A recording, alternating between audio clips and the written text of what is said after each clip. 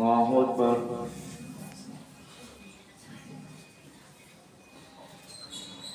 الحمد لله رب العالمين الرحمن الرحيم مالك يوم الدين إياك نعبد وإياك نستعين اهدنا الصراط المستقيم صراط الذين أنعمت عليهم غير المغضوب عليهم ولا الضالين. كذبت عاد المرسلين إذ قال لهم أخوهم هود ألا تتقون إني لكم رسول أمين فاتقوا الله وأطيعون وما أسألكم عليه من أجر إن أجري إلا على رب العالمين. أتبنون بكل ريع آية تعبثون وتتخذون مصانع لعلكم تخلدون وإذا بطشتم جبارين فاتقوا الله وأطيعون واتقوا الذي أمدكم بما تعلمون أمدكم بأنعام وبنين وجنات وعيون إني أخاف عليكم عذاب يوم عظيم. قالوا سواء علينا أوعظت أم لم تكن من الواعظين إن هذا إلا خلق الأولين وما نحن بمعذبين. فكذبوه فأهلكناهم إن في ذلك لآية وما كان أكثرهم مؤمنين وإن ربك لهو العزيز الرحيم. كذبت ثمود المرسلين إذ قال لهم أخوهم صالح ألا تتقون إني لكم رسول أمين فاتقوا الله وأطيعون وما أسألكم عليه من أجر إن أجري إلا على رب العالمين. أتتركون فيما هاهنا آمنين في جنات وعيون وزروع ونخل طلعها هضيم وتنحتون من الجبال بيوتا فارهين فاتقوا الله وأطيعون ولا تطيعوا أمر المسرفين الذين يفسدون في الأرض ولا يصلحون. قالوا إنما أنت من المسحرين ما أنت إلا بشر مثلنا فأت بآية إن كنت من الصادقين. قال هذه ناقة لها شرب ولكم شرب يوم معلوم ولا تمسوها بسوء فيأخذكم عذاب يوم عظيم. فعقروها فأصبحوا نادمين فأخذهم العذاب إن في ذلك لآية وما كان أكثرهم مؤمنين وإن ربك لهو العزيز الرحيم. كذبت قوم لوط المرسلين إذ قال لهم أخوهم لوط ألا تتقون إني لكم رسول أمين فاتقوا الله وأطيعون وما أسألكم عليه من أجر إن أجري إلا على رب العالمين. أتأتون الذكران من العالمين وتذرون ما خلق لكم ربكم من أزواجكم بل أنتم قوم عادون. قالوا لئن لم تنته يا لوط لتكونن من المخرجين. قال إني لعملكم من القالين رب نجني وأهلي مما يعملون. فنجيناه وأهله أجمعين إلا عجوزا في الغابرين ثم دمرنا الآخرين وأمطرنا عليهم مطرا فساء مطر المنذرين. إن في ذلك لآية وما كان أكثرهم مؤمنين وإن ربك لهو العزيز الرحيم. كذب أصحاب الأيكة المرسلين إذ قال لهم شعيب ألا تتقون إني لكم رسول أمين فاتقوا الله وأطيعون وما أسألكم عليه من أجر إن أجري إلا على رب العالمين. أوفوا الكيل ولا تكونوا من المفسدين وزنوا بالقسطاس المستقيم ولا تبخسوا الناس أشياءهم ولا تعثوا في الأرض مفسدين واتقوا الذي خلقكم والجبلة الأولين. قالوا إنما أنت من المسحرين وما أنت إلا بشر مثلنا وإن نظنك لمن الكاذبين. فأسقط علينا كسفا من السماء إن كنت من الصادقين قال ربي أعلم بما تعملون فكذبوه فأخذهم عذاب يوم الظلة إنه كان عذاب يوم عظيم إن في ذلك لآية وما كان أكثرهم مؤمنين وإن ربك لهو العزيز الرحيم وإنه لتنزيل رب العالمين نزل به الروح الأمين على قلبك لتكون من المنذرين بلسان عربي مبين وإنه لفي زبر الأولين أولم يكن لهم آية أن يعلمه علماء بني إسرائيل ولو نزلناه على بعض الأعجمين فقرأه عليهم ما كانوا به مؤمنين كذلك سلكناه في قلوب المجرمين لا يؤمنون به حتى يروا العذاب الأليم فيأتيهم بغتة وهم لا يشعرون فيقولوا هل نحن منظرون أفبعذابنا يستعجلون أفرأيت إن متعناهم سنين ثم جاءهم ما كانوا يوعدون ما أغنى عنهم ما كانوا يمتعون وما أهلكنا من قرية إلا لها منذرون ذكرى وما كنا ظالمين وما تنزلت به الشياطين وما ينبغي لهم وما يستطيعون إنهم عن السمع لمعزولون فلا تدع مع الله إلها آخر فتكون من المعذبين وأنذر عشيرتك الأقربين واخفض جناحك لمن اتبعك من المؤمنين فإن عصوك فقل إني بريء مما تعملون وتوكل على العزيز الرحيم الذي يراك حين تقوم وتقلبك في الساجدين إنه هو السميع العليم هل أنبئكم على من تنزل الشياطين تنزل على كل أفاك أثيم يلقون السمع وأكثرهم كاذبون والشعراء يتبعهم الغابون ألم تر أنهم في كل واد يهيمون وأنهم يقولون ما لا يفعلون إلا الذين آمنوا وعملوا الصالحات وذكروا الله كثيرا وانتصروا من بعد ما ظلموا وسيعلم الذين ظلموا أي منقلب ينقلبون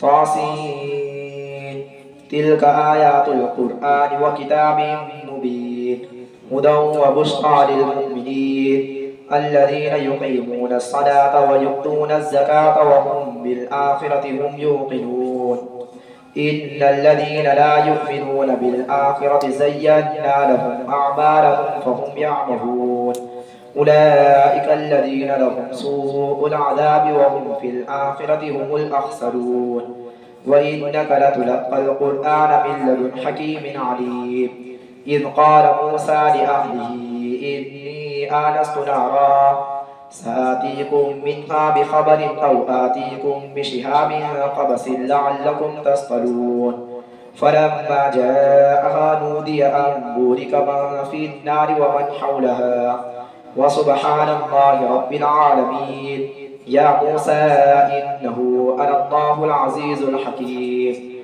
وألق عصاك فلما رآها تهتز كأنها جان ولا مدبرا ولم يعقب يا موسى لا تخف إني لا يخاف لدي المرسلون إلا من ظلم ثم بدل حسنا بعد سوء فإني غفور رحيم وأدخل يدك في جيبك تخرج بيضاء من غير سوء في 9 آيات إلى فرعون وقومه إنهم كانوا قوما فاسقين فلما جاءتهم آياتنا مبصرة قالوا هذا سحر مبين وجحدوا بها واستيقنتها أنفسهم ظلما وعلوا فانظر كيف كان عاقبة المفسدين الله أكبر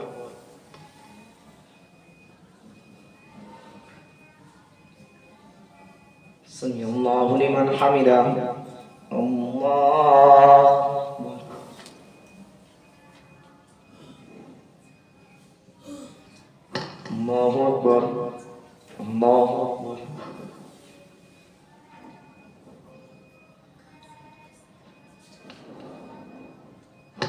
الله أكبر.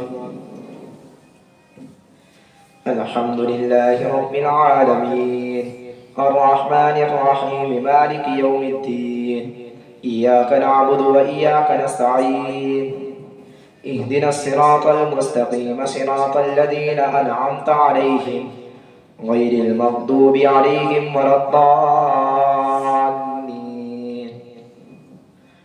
ولقد آتينا داود وسليمان علما وقال الحمد لله الذي فضلنا على كثير من عباده المؤمنين. وورث سليمان داود وقال يا أيها الناس علمنا مناطق الطير وأوتينا من كل شيء إن هذا لهو الفضل المبين.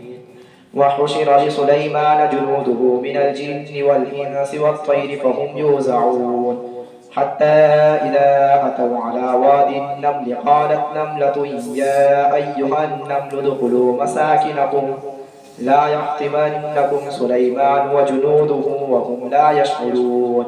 فتبسم ضاحكا من قولها وقال رب أوزعني أن أشكر نعمتك التي أنعمت علي وعلى والدي وأن أعمل صالحا ترضاه وأدخلني برحمتك في عبادك الصالحين. وتفقد الطير فقال ما لي لا أرى الهدهد أم كان من الغائبين لأعذبنه عذابا شديدا أو لأذبحنه أو ليأتيني بسلطان مبين. فمكث غير بعيد فقال أحطت بما لم تحط به وجئتك من سبأ بنبأ يقين. إني وجدت امرأة تملكهم وأوتيت من كل شيء ولها عرش عظيم. وجدتها وقومها يسجدون للشمس من دون الله وزين لهم الشيطان أعمالهم فصدهم عن السبيل فهم لا يهتدون. ألا يسجدوا لله الذي يخرج الخبأ في السماوات والأرض ويعلم ما تخفون وما تعلنون. الله لا إله إلا هو رب العرش العظيم. الله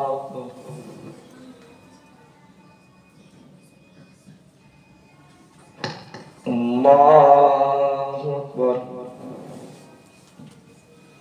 قال سننظر أصدقت أم كنت من الكاذبين اذهب بكتابي هذا فألقه إليهم.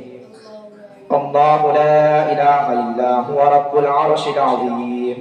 قال سننظر أصدقت أم كنت من الكاذبين اذهب بكتابي هذا فألقه إليهم ثم تول عنهم فانظر ماذا يرجعون.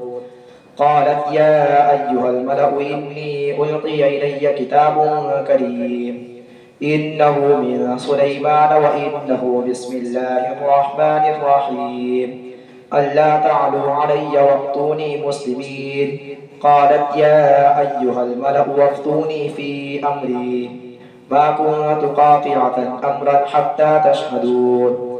قالوا نحن أولو قوة وأولو بأس شديد والأمر إليك فانظري ماذا تأمرين. قالت إن الملوك إذا دخلوا قرية أفسدوها وجعلوا أعزة أهلها أذلة وكذلك يفعلون. وإني مرسلة إليهم بهدية فناظرة بما يرجع المرسلون. فلما جاء سليمان قال أتمدونني بمال فما آتاني الله خير مما آتاكم بل أنتم بهديتكم تفرحون. ارجع إليهم فلنأتينهم بجنود لا قبل لهم بها ولنخرجنهم منها أذلة وهم صاغرون. قال يا أيها الملأ أيكم يأتيني بعرشها قبل أن يأتوني مسلمين. قال عفريت من الجن أنا آتيك به قبل أن تقوم من مقامك وإني عليه لقوي أمين. قال الذي عنده علم من الكتاب أنا آتيك به قبل أن يرتد إليك طرفك فلما رآه مستقرا عنده قال هذا من فضل ربي ليبلوني أشكر أم أكفر ومن شكر فإنما يشكر لنفسه ومن كفر فإن ربي غني كريم. قال نكروا لها عرشها ننظر أتهتدي أم تكون من الذين لا يهتدون. فلما جاءت قيل أهكذا عرشك قالت كأنه هو وأوتينا العلم من قبلها وكنا مسلمين. وصدها ما كانت تعبد من دون الله إنها كانت من قوم كافرين. قيل لها ادخل الصرح فلما رأته حسبته لجة وكشفت عن ساقيها قال إنه صرح ممرد من قوارير. قالت رب إني ظلمت نفسي وأسلمت مع سليمان لله رب العالمين. ولقد أرسلنا إلى ثمود أخاهم صالحا أن اعبدوا الله فإذا هم فريقان يختصمون. قال يا قوم لم تستعجلون بالسيئة قبل الحسنة لولا تستغفرون الله لعلكم ترحمون. قالوا اطيرنا بك وبمن معك قال قائلكم عند الله بل أنتم قوم تفتنون. وكان في المدينة 9 رهط يفسدون في الأرض ولا يصلحون. قالوا تقاسموا بالله لنبيتنه وأهله ثم لنقولن لوليه ما شهدنا مهلك أهله وإنا لصادقون. ومكروا مكرا ومكرنا مكرا وهم لا يشعرون. فانظر كيف كان عاقبة مكرهم أنا دمرناهم وقومهم أجمعين. فتلك بيوتهم خاوية بما ظلموا إن في ذلك لآية لقوم يعلمون. وأنجينا الذين آمنوا وكانوا يتقون. ولوطا إذ قال لقومه أتأتون الفاحشة وأنتم تبصرون أئنكم لتأتون الرجال شهوة من دون النساء بل أنتم قوم تجهلون. فما كان جواب قومه إلا أن قالوا أخرجوا آل لوط من قريتكم إنهم أناس يتطهرون. فأنجيناه وأهله إلا امرأته قدرناها من الغابرين وأمطرنا عليهم مطرا فساء مطر المنذرين. قل الحمد لله وسلام على عباده الذين اصطفى الله خير أما يشركون. الله أكبر.